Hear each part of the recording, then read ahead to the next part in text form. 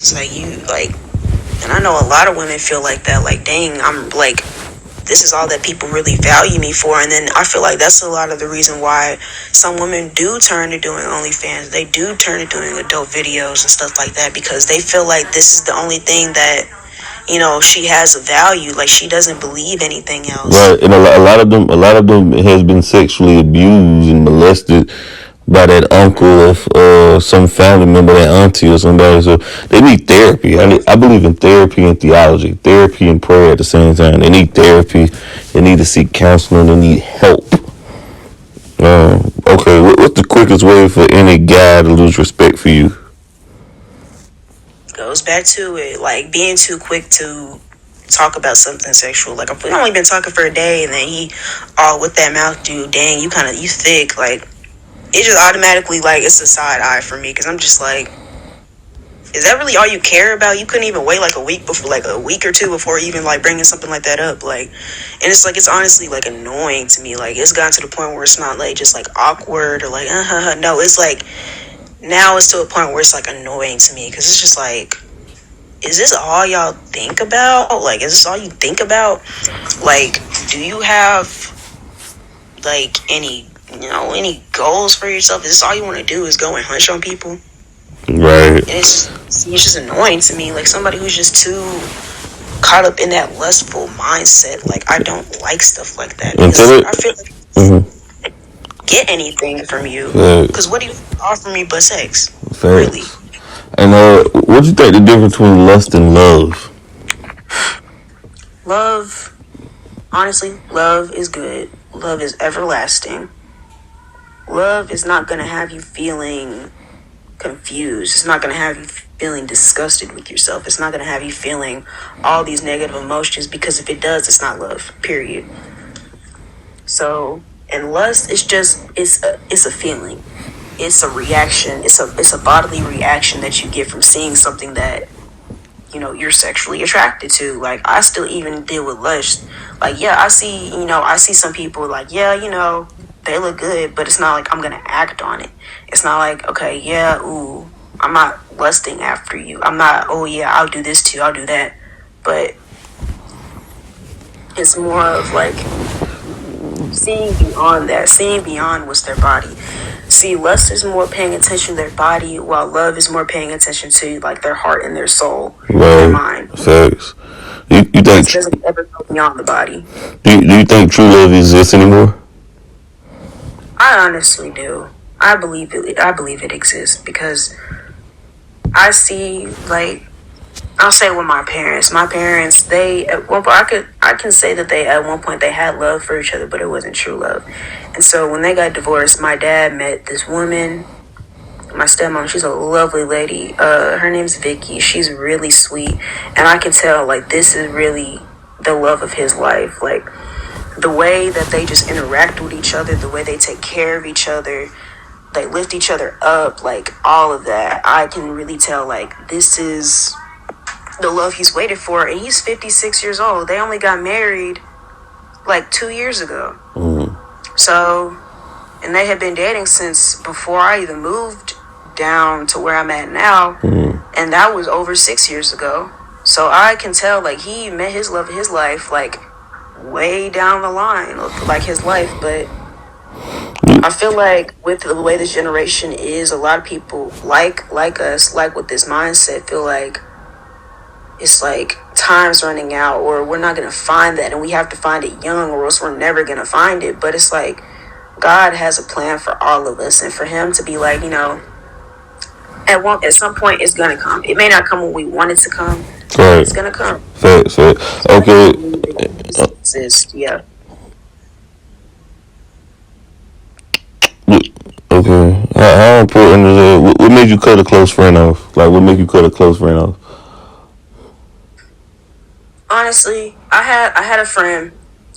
He had a few red flags though. Like, when it was like he was always, one, he was financially irresponsible. That's not what made him cut me off. What made me cut him off was the fact that when we were arguing, when we got into it, it was one time we were arguing, we got into it because we'd always kind of like butt heads and like, kind of bicker here or there, but it never really got like serious. It was one time we were arguing. He talked down to me about my current situation and then proceeded to diss my faith in my face, denounce my God in my face, saying that, and I'm not normally the type of person to throw what I've done in somebody's face. Like, I will never do that. I will never make you feel bad for asking for my help.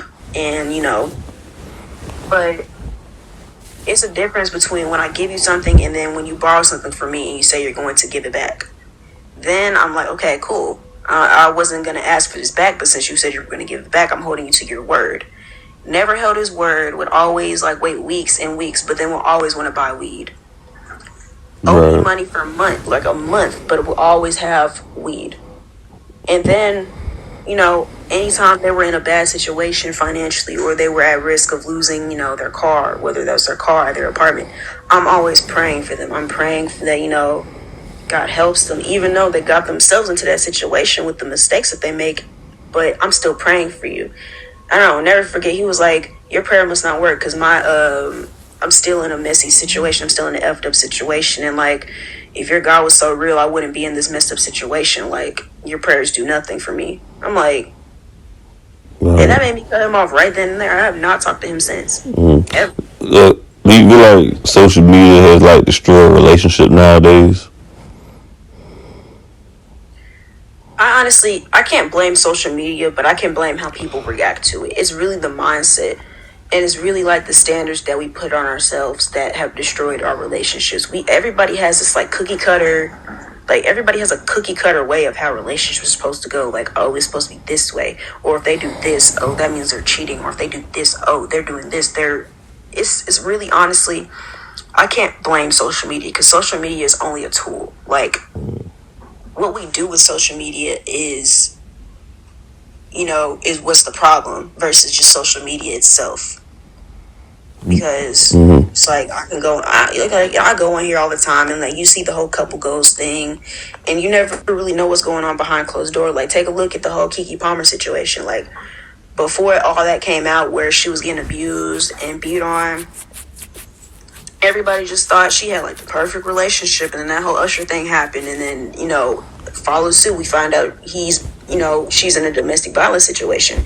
Like, not everything we see on the internet is what's reality, and that's what a lot of people get confused. They confuse like social media with reality, and the line has become blurred.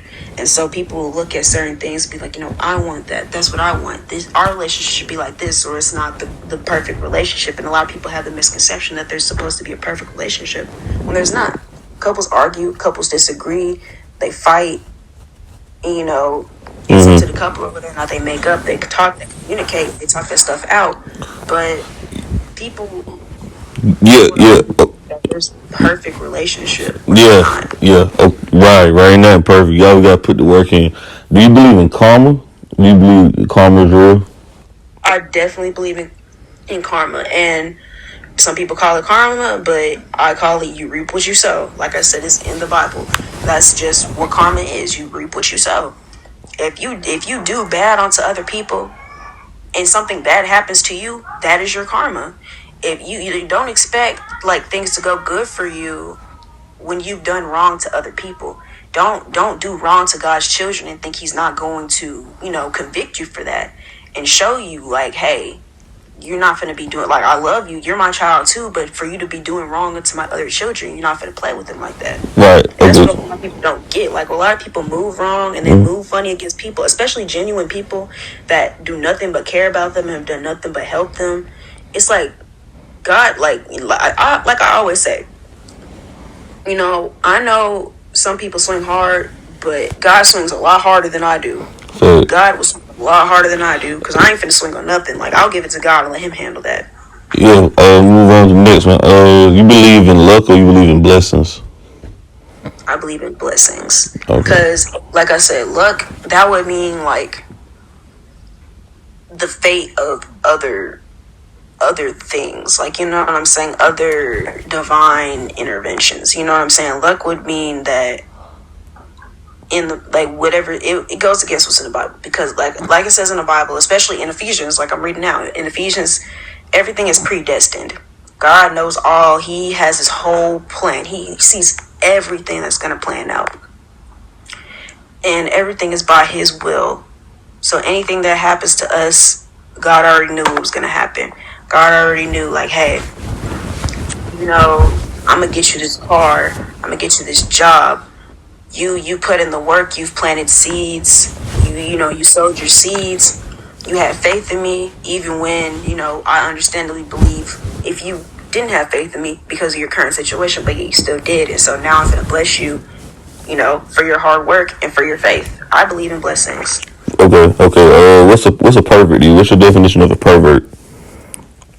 A definition of a pervert? Someone, I don't say really. I was gonna tie to like somebody who like sexualizes children, but that's more of like a predator than a pervert. But a pervert is just I'll say a pervert is somebody who I'll say overly is weirdly fetishizes people, and they sexualize them a lot. That's really majority of what's on their mind. They're always making sexual comments. They're always lusting after somebody all the time. And it can be in a weird, creepy way. That's really what I more associate perverts with. Yes, it's you're sexualizing somebody all the time, but it's more in a creepy, weird way. It's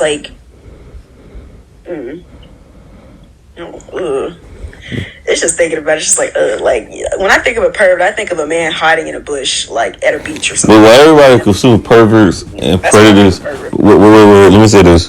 Why do people think perverts are always men? There's a lot of female perverts running around here too. And that's true. There are a lot of predators, perverts, sexual deviants. Very, very much so, and that's very true. And I feel like a lot of the times it's because men are more open with it. Men are more open about their sexual desires than women are. Though everybody has their own sexual desires and everybody has, their tendencies, I just believe men are more open about it. We hear more men talk about it. You can go in a room, a bar with some guys in a group of guys, and oh yeah, look at this girl. Look at this girl. Look at her booty. It's fat. Oh yeah, look at her. Look at her breasts. Look at her titties. It's mainly you hear more about men are more open about it. That's not to say women don't do it, but like I said, men are more open about it, if that makes sense. As far as what I've seen, anyway, that's just my experience that I've seen. Right. Okay. Yeah. Okay. Will you have loyalty or money? Which one you rather have? Loyalty. Over really over anything, because you can have money and still be out here doing your partner wrong. Money isn't going to fix anything. You can't buy anybody's happiness. You can't buy anybody's love. You can't buy anybody's willingness to stay and put up with your crap, basically. I'd rather have somebody who is loyal to me than somebody that's flashing money in my face all the time, because really I can get my own money. I work. I have a job. I have side hustles. I can get my own money. So that's just the worldly thing anyway. At the end of the day, and money's losing its value anyway. So at the end of the day, money's not going to mean anything. Can you love someone you have nothing in common with? I believe you can, because the way I see it, good morning. The way I see it, I love everybody, because like I said, God has. I'm talking about being in a relationship with somebody you don't have nothing in common. Love, okay. Can I love zero in common with? I mean, a little bit in common with you. I can, because I've been my last relationship I was in was somebody we were polar opposites. He listened to rap, he liked cars, he liked wrestling. I listen to pop music. I like flowers and all. Basically, we were opposites. And, we still both had a lot of love for each other. And I loved him so much, for real. So I believe it's possible to love somebody that you have no interest in, because there's just a certain beauty that comes with, loving somebody who you don't have anything in common with, because you can learn new things that you never even knew about before. It's an opportunity to learn and to grow and to, to learn about new things, about teaching the other person about stuff that you like, maybe possibly getting them to like it too. Like, and there's a certain beauty in that. For sure. I don't like always having to be with somebody who is exactly like you, because where's the growth in that?